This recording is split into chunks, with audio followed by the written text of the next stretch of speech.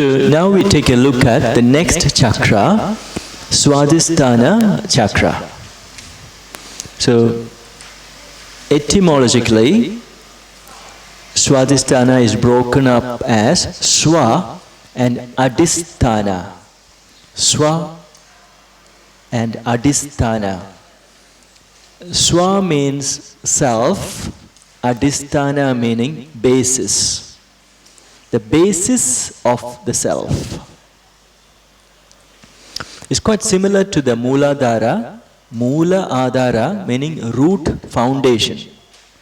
Here it is a bit more self basis, basis of the self. So we are exploring some of the teachings involved with this. So one of the Manasa take on Svadhisthana chakra is, it is water element. Element wise, Svadhisthana chakra is water. And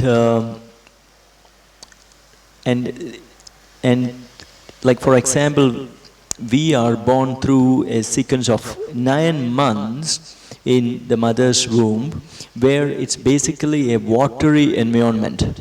Life itself formed in our planet first in the water, and then it slowly came into the land. So water is water element we are talking about, that place where a sequence happens through which life evolves itself. So what we have taken up as a teaching from this is to see Svadhisthana as the life-giving sequence. Okay, so when the universe flows you out as units of time, as a sequence, it is through Svadhisthana. So you are not a one-moment explosion and then vanish. You are presented as a manifestation through a sequence of events. Your parents meet, they have an interest in each other. It goes through so much of sequences. There is a vinyasa. And eventually you're fully manifested, and then you go through that sequence of childhood and middle age, and you just go on, and finally you're no more there as an expressed energy form. So that whole sequence, we say, flows through the Svadhisthana chakra. So life, wherever something has to manifest, something really organized has to manifest, it needs a sequence. So it has to flow through the waters of time. And taking the teaching out of that is, Mooladhara is where you set up intentions. The Adhara, the foundation, you should have intentions. But then we should give a time frame to those intentions and a sequence. Like for example, simple things like if you say you want to be able to sit, a sitting practice, you want to sit for 3 hours non-stop. Okay, so if you take up that kind of intention, then you can't simply try it today and after 20 minutes give up. There's no point to that. You then plan it, okay, what's the time frame I can give this? So in 2 years, I can sit in for 3 hours continuous. And then I have to have a sequence. That means every week, 3 times I will sit for 30 minutes for the first month. Next month I will make it 35 minutes. A sequence is given through which that big capacity, the 3-hour sitting yogi can take birth. Okay, so everything we have to give that time and a sequence. Sequence meaning like a schedule, a clear plan. Because that's the way universe manifests out things. It doesn't suddenly explode things into manifestation. It labors through a period of time. Yeah? So invitation, we have to make our intentions flow through a vinyasa, a life-giving sequence, a schedule. So that is problematic because we generally want things right now. When we put a time frame and a sequence, sometimes we lose interest in it. So intention, great intentions. Mooladhara is a place where you put great intentions, way beyond perhaps what you can do right now. Fantastic intentions. But then, sensible time frame. And what you can do on a regular basis towards that.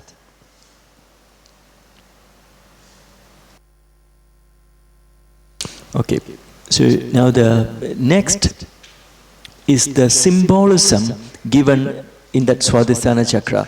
So in the artistic representation of Svadhisthana chakra, there is water and there is moon. So it's a water-based chakra and there is a moon. So in yogic, in Indian philosophical understanding, in symbolic language, they put moon as the mind.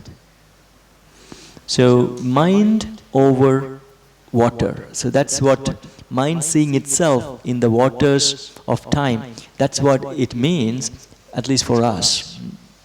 So this picture, this is a full moon, but in the waters, it is all split up.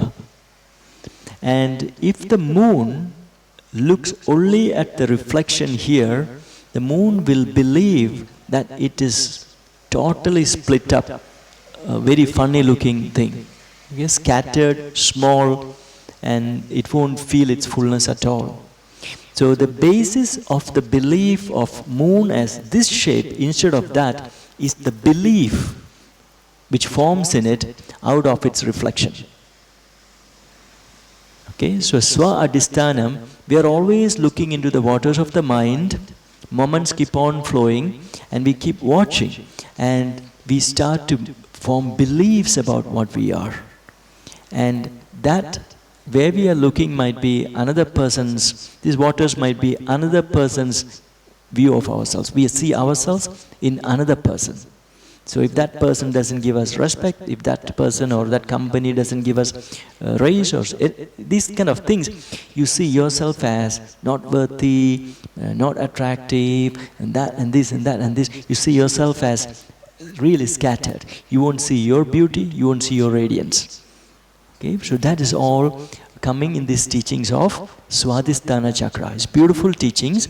Svadhisthana. The basis of ourselves is the belief systems we have. Okay, so that is the adhisthana, the base. And that comes through reflection and starting to believe totally in distorted reflections. So this reflection, we are not talking about reflecting on yourself. We're really talking about what is bouncing off through other people. Okay, that is what we mean in this reflection.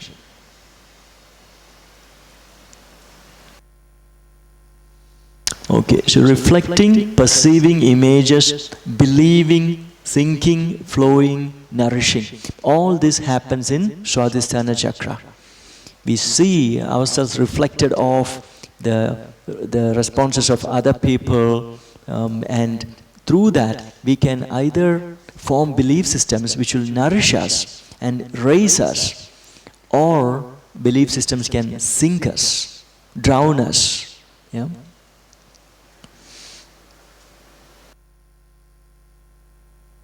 So generally, this is a sticky place. Okay, the beliefs, the belief systems. Svadhisthana chakra is where most people have a lot of trouble.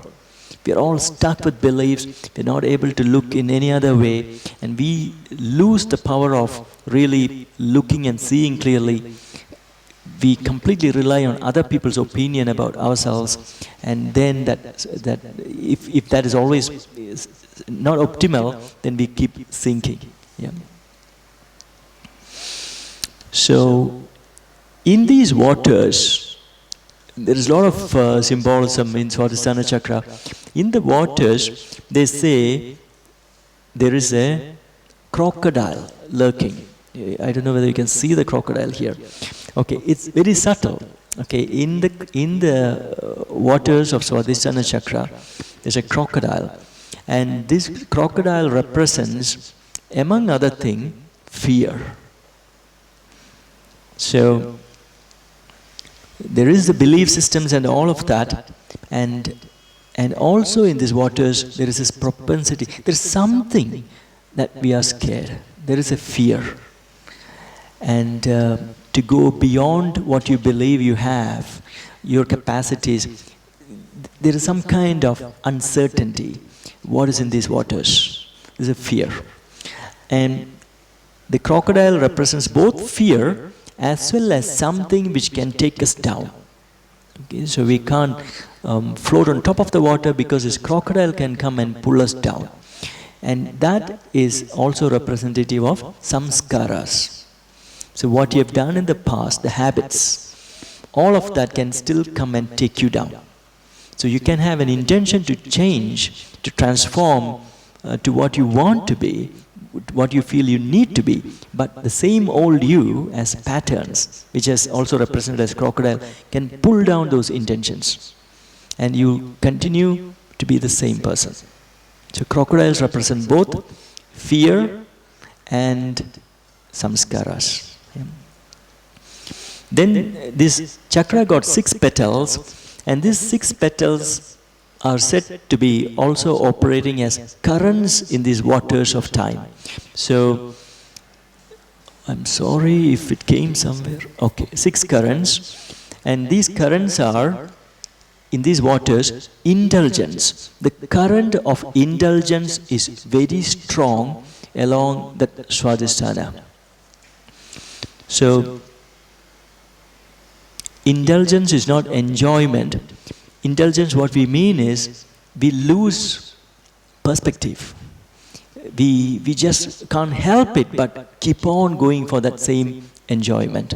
Okay, so indulgence, and we are starting to say, I don't care if my health goes, I don't care what people think, I want this. Okay, that is what is meant by indulgence. That propensity is very strong in Svadhisthana chakra. Okay? Like, I want this. The basis of I becomes that indulgence. Okay, so, I have to have my drink. I don't care if my liver goes. Indulgence.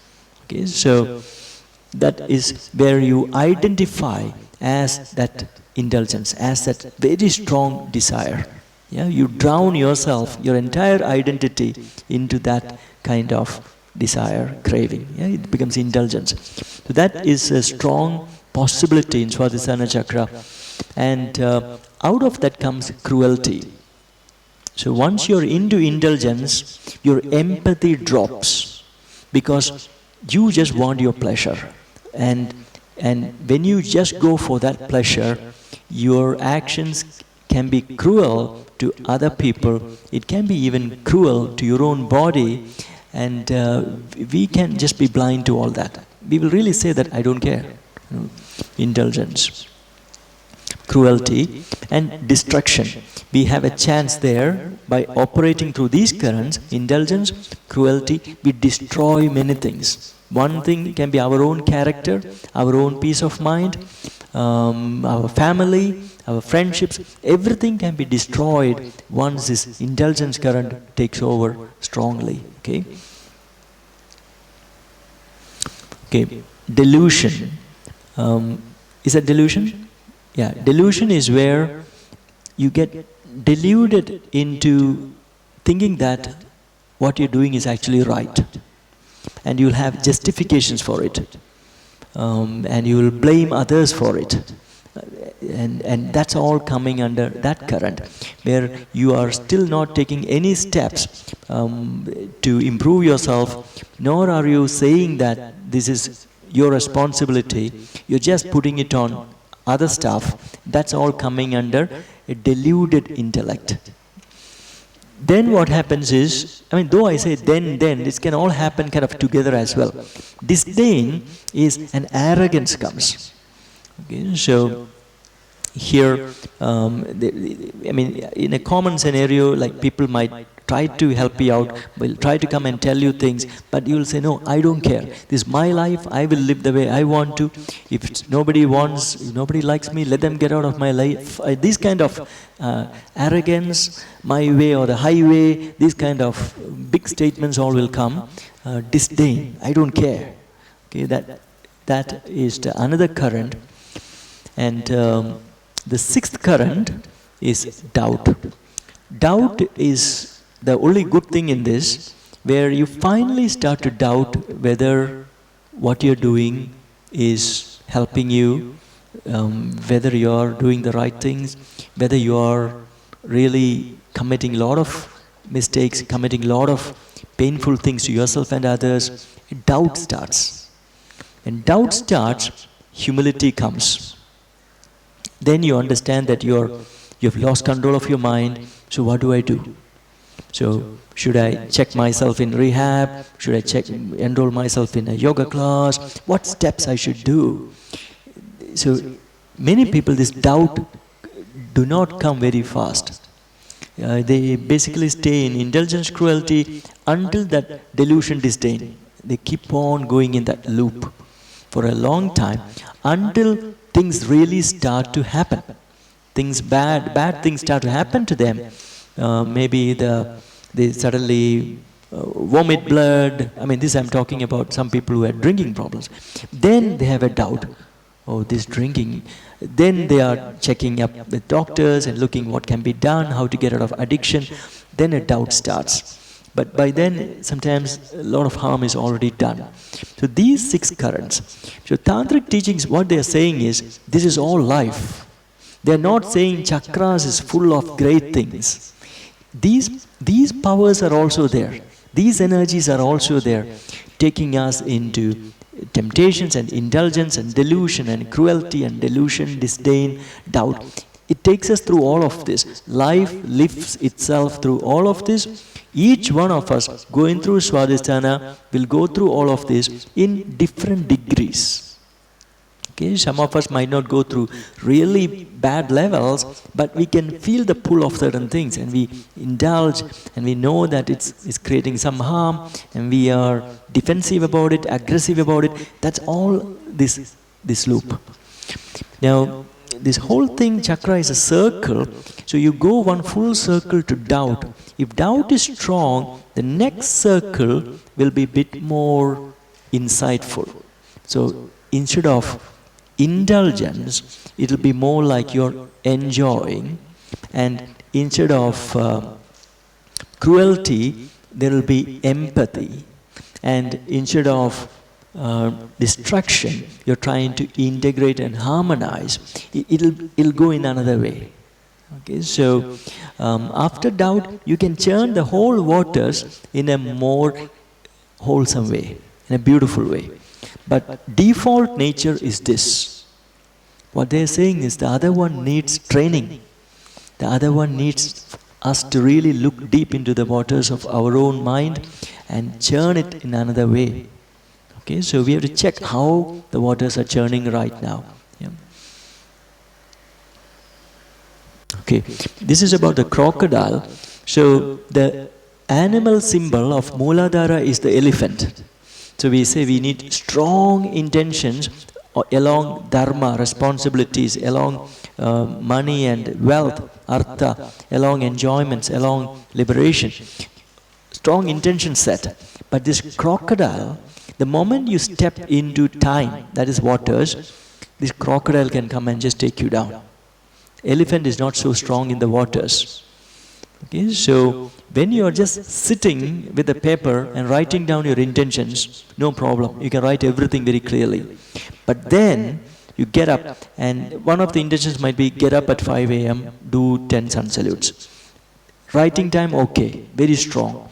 But in that flow of time, when 5 o'clock is happening, your current samskaras might be sleeping. That time the alarm, it can just drown off that intention. You won't even remember. You'll just shut it off. So that is the crocodile. Okay, it can easily drown the elephant.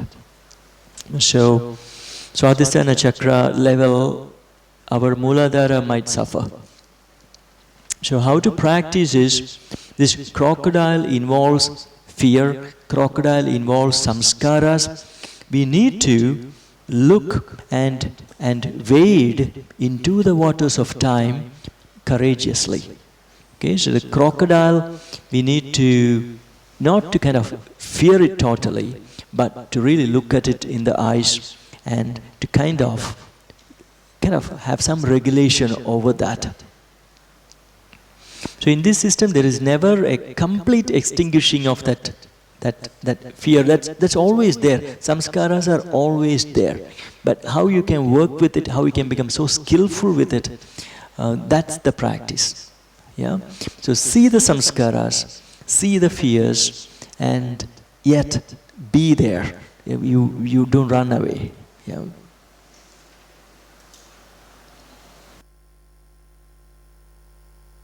Then another, so this chakra got a bird as well, okay, symbolism, and that bird is the Garuda. So Garuda is the highest flying bird, the eagle, of a particular kind, and the teachings there is the Garuda's two wings is inhalation and exhalation. So there is a direct call towards pranayama practices in these chakra teachings. So samskaras are there, fear is there. How do you still stay afloat? Breathe. Keep breathing. Nice inhales, nice exhales. Inhales, exhales. By doing that, slowly you'll be able to soar above the waters. So that is an invitation. And once your breathing, ability to do beautiful breathing, at the same time also ability to watch the breath. Can you sit on the breath? That's as good as sitting on the eagle. Okay, so other thoughts, other temptations, anger, all is coming, but can you kind of still ride the breath instead of riding that emotion? That's tough to balance, but that's an invitation. When you can do that, when that eagle is kind of set up, you get a capacity, and that's called the Vishnu. So last time we were saying, when the Airavata is installed, Indra forms. Indra is like a super capacity, and when that breath awareness is really established in you, and you can ride that breath is always there strongly, then this capacity of Vishnu. Vishnu, there is a lot of meanings which we don't have time to get to now, but one of the symbolic powers of Vishnu is the ability to cut through the samskaras. So story-wise, it will tell of a story where the king of the elephants were about to be taken down into waters by a crocodile, and then this crocodile does some deep pranayama breathing, and through that Garuda comes, and on top of Garuda this Vishnu forms, and that Vishnu has a discus with which it hurls it and cuts through the tentacles of samskara.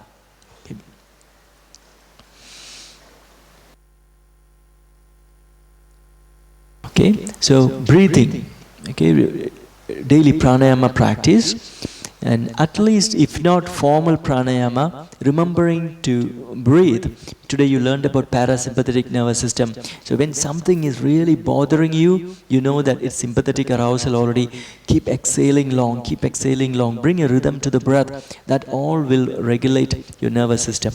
It will try to balance between the sympathetic total flipping over and moving towards parasympathetic.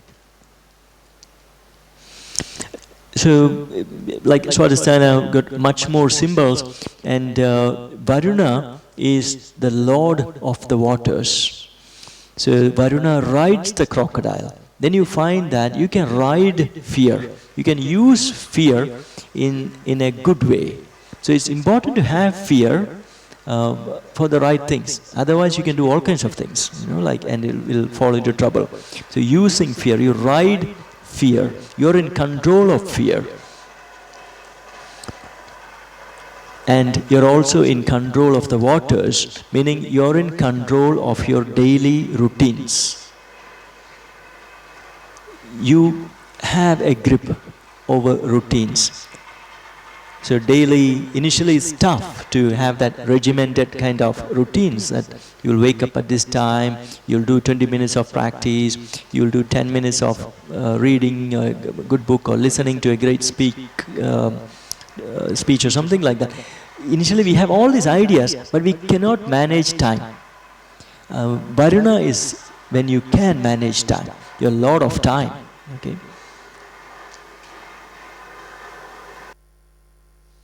The sound, the vibration of this chakra is Vam. The sound vibration of Mooladhara is Lam. Here it is Vam.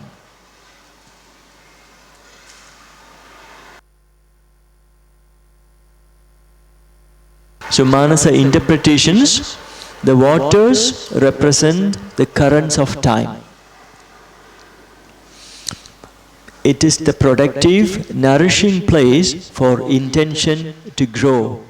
So intention you set at Mooladhara, but they have to grow, they have to form into life through the Svadhisthana by having great beliefs. You can't have an intention and not believe in it. Then it can't grow. So you have to have good belief and you have to give a good time frame, good sequence. The steady holding and guiding of intention along the flow of water is the power of scheduling. The Gerida, daily remembering intention and daily doing something towards it. So Gerida, in the conventional way, it is about the breathing. But here I gave it a slightly different interpretation. That's okay. Schedule your intentions is the main teaching. And Manasa Svadhisthana actions is upward KCC and upward Cobra. You wanted to write something? Yeah.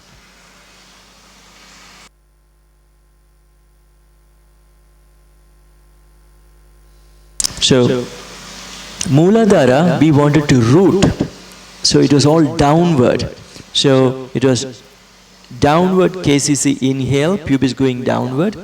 Downward Cobra through exhale. So we were connecting last week in both ways into the Moola area. At the waters, we actually don't want to go down. Waters, we want to go upward. We want these waters to raise up upward. So it will be all upward here at that space. So inhale is, you're feeling the sacrum going a bit upward. So you're rising from the waters of the pelvis. So just gently rising up. Exhale is pubis upward. So that space is not slumping down. That space, you're lifting inhale, you're lifting exhale. You're lifting inhale, you're lifting exhale. So that space you're moving upward. Yeah. Okay, here the picture somehow vanished, but you know the action, right? It's Cobra. This arrow represents the pubis for sure.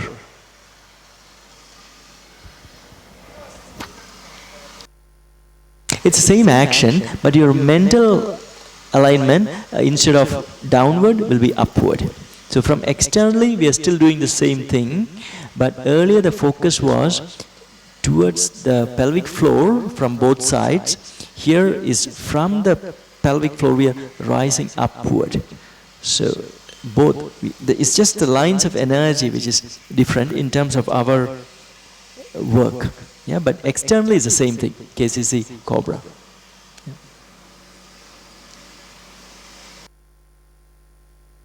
So, Manasa teaching, Tanu 4 is pranayama, Tanu 3, the entire Tanu 7 can help because it's all breath related.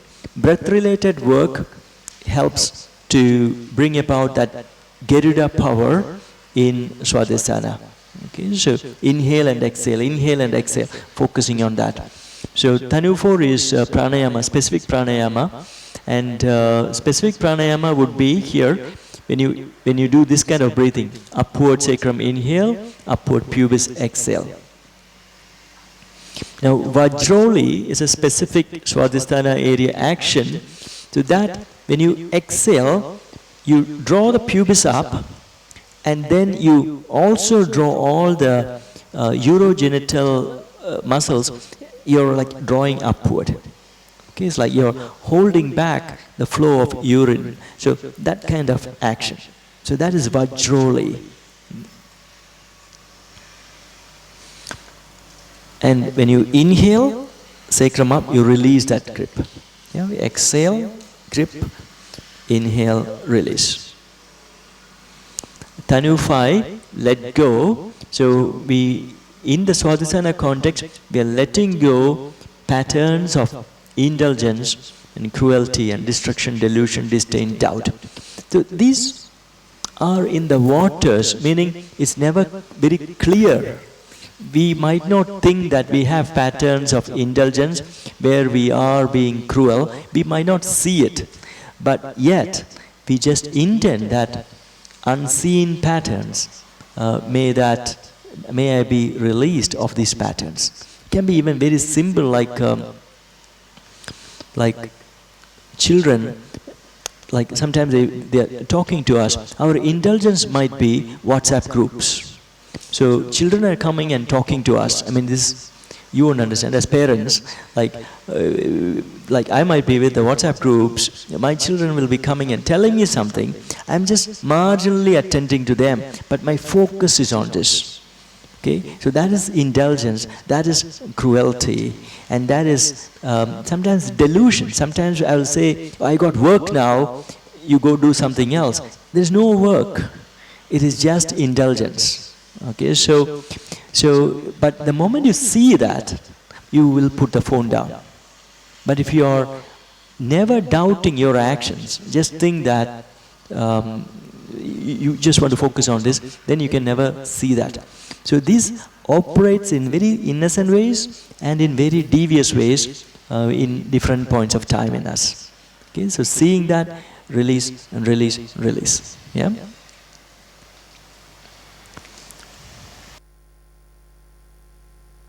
Tanu 7, we are doing this, closing of the ears, and then this week, if you want to, you inhale and you exhale through the verbal sounding of that vibration, vam. So if I am doing that, I'll close my ears, inhale, and then I'm saying vam, while focusing in that space. So with the ears closed, when I say that, that sound has better vibration, and I deliberately focus on that space. That attunes me to that area. One thing I didn't put here is, if you have a water body in your place where you reside, you can sit near that and just listen to that sound of water and also focus on this area, the upper pelvis, and just listen to that. Yeah, for you, you can do that, just listening to water sound. Yeah. Yeah.